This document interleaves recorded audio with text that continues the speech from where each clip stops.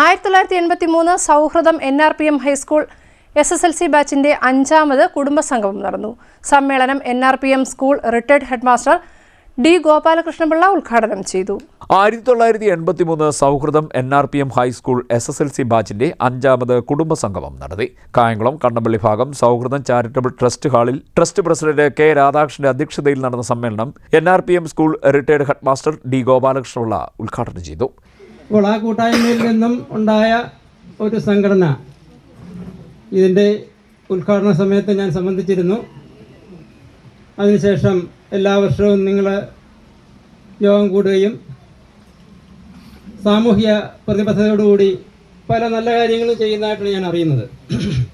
എല്ലാ വർഷവും പുതുതായിട്ട് ആർക്കെങ്കിലും അർഹിക്കുന്നവർക്ക് നിങ്ങളുടെ സംഘടനയിൽ നിന്ന് തന്നെ സംഘടനയിലെ അംഗങ്ങൾ തന്നെ സംഭാവന നൽകിയുണ്ടാകുന്ന തുകയിൽ നിന്ന് തീരെ മോശമല്ലാത്ത സഹായങ്ങൾ ചെയ്തു കൊടുക്കുന്നു എന്നാണ് ഞാൻ അറിയുന്നത്. സ്കൂളിൽ പോയതിന് ശേഷവും സ്കൂളിൽ വന്നതിന് ശേഷവും എപ്പോൾ നോക്കിയാലും അച്ഛനമ്മമാരോട് സംസാരിക്കുന്നതിനോ അല്ലെങ്കിൽ അവർക്ക് സൗഹൃദങ്ങൾ പങ്കിടുന്നതിനോ ഒന്നും സമയമില്ല. ഈ മൊബൈൽ നോക്കി ശിഷ്ടകാലം കഴിച്ചു കൂട്ടുക എന്നുള്ളതാണ് ഇന്നത്തെ ഒരു സാഹചര്യം കണ്ടുവരുന്നത്. ഇങ്ങനെയുള്ള ഈ സാമൂഹിക വ്യത്യാസം സമൂഹത്തിൽ വളരെ കൂടുതൽ പ്രതിഫലിക്കുന്നുണ്ട്. നമുക്ക് നമ്മൾ ദിവസവും പത്രത്തിലൂടെയും TV-യിലൂടെയും ഒക്കെ കാണുന്ന വാർത്തകൾ നമ്മളെ അമ്പരപ്പിക്കുന്നതാണ്. ഇപ്പോൾ മക്കൾ അച്ഛനമ്മമാരെ കൊല്ലുന്നു, നിസ്സാര കാര്യങ്ങൾക്ക് വേണ്ടി ആത്മഹത്യ ചെയ്യുന്നു. ചില കുട്ടികളൊക്കെ സ്കൂളിൽ പഠിക്കുന്ന കുട്ടികളൊക്കെ ആത്മഹത്യ ചെയ്യുന്നതായിട്ട് കാണുന്നു. 5ലും 6ലും പഠിക്കുന്ന കുട്ടികളൊക്കെ ആത്മഹത്യ ചെയ്യുന്നതായിട്ട് പത്രത്തിൽ വാർത്തകൾ വായിക്കുമ്പോൾ നമുക്ക് വല്ലാത്ത ഭയം തോന്നുന്നു. കാരണം ഒരു മൊബൈൽ വാങ്ങിച്ചു കൊടുത്തില്ലെങ്കിൽ ഉടനെ തന്നെ ഒരു കുട്ടി പോയങ്ങ് ആത്മഹത്യ ചെയ്തേക്കുകയാണ്. അപ്പോൾ ഇങ്ങനെയുള്ള സാഹചര്യങ്ങൾ നമ്മൾ നമ്മുടെ കുട്ടികൾക്ക് പറഞ്ഞ് മനസ്സിലാക്കി കൊടുക്കുക എന്നുള്ളതാണ് നമ്മുടെ ധർമ്മം. ഈ സംഘടന ഇനി അങ്ങോട്ട് ഇതിൻ്റെ വളർച്ച ത്വരിതഗതിയിൽ തന്നെ ഉണ്ടാവും, യാതൊരു തർക്കവുമില്ല.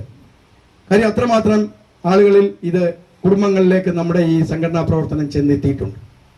നമ്മുടെ കൂട്ടുകാരിൽ ഒരാൾക്ക് പെട്ടെന്നൊരു ബുദ്ധിമുട്ട് വരും, ഒരു ചികിത്സയുമായി ബന്ധപ്പെട്ടൊരു ആരോഗ്യ പ്രശ്നം വന്നാൽ നമ്മൾ കഴിവതും വേഗം നമ്മളെ അറിയിക്കുകയും നമ്മളാൽ കഴിയുന്ന ചെറുതെങ്കിൽ ചെറിയ ഒരു സഹായം നമുക്ക് ചെയ്യാൻ കഴിയുന്നുണ്ട്. ഇന്ന് അതിൻ്റെ വ്യാപ്തി ഇനിയും കൂട്ടിക്കൊണ്ടു വരണം എന്ന കാരണം 50, 56, 58 വയസ്സായി നമ്മളോടൊപ്പം ജീവിക്കുന്ന സഹജീവികളെ നമുക്ക് കഴിയുന്ന സഹായം ഇന്ന് തന്നെ നമ്മളിവിടെ 2 പേർക്ക് നമ്മളാൽ കഴിയുന്ന ചെറിയ സഹായം കൊടുക്കുന്നു. 3 പേർക്ക് അതിലൊരാളില്ല, ഒരാൾ ഹോസ്പിറ്റലിൽ നിന്ന് വന്നേ ഉള്ളൂ, അയാളെ കാണാൻ പറ്റിയില്ല. കാര്യം അദ്ദേഹത്തിനെ നേരിട്ട് ചെന്ന് സന്ദർശിക്കാൻ പറ്റുന്ന ഒരവസ്ഥയിലല്ലിപ്പോൾ. അത് ഞങ്ങൾ വീട്ടിലെത്തിക്കാമെന്ന് വിചാരിക്കുക. ഇന്ന് ഇവിടെ വെച്ച് 2 പേർക്ക് അവരെ വീടുകളിൽ പോയി ക്ഷണിക്കുകയും ചെയ്തിട്ടുണ്ട്.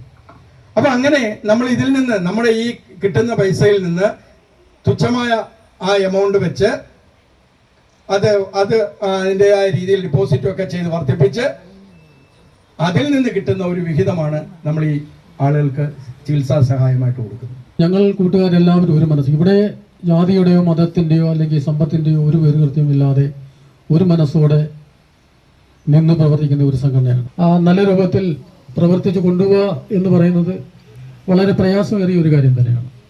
എന്നാൽ സൗഹൃദം 83 ചാരിറ്റബിൾ ട്രസ്റ്റിൻ്റെ പ്രവർത്തനം ഞങ്ങൾ ഓരോരുത്തരും ഇതിൻ്റെ പ്രവർത്തനം ഏറ്റെടുക്കുമ്പോൾ വളരെയധികം സന്തോഷമാണ് ഞങ്ങൾക്കുണ്ടാകുന്നത്. ട്രസ്റ്റ് സെക്രട്ടറി PS രഘുകുമാർ സ്വാഗതം പറഞ്ഞു. Treasurer Ranjan PK, WhatsApp admin S. Surendran, vice president Radhika Murali എന്നിവർ സംസാരിച്ചു.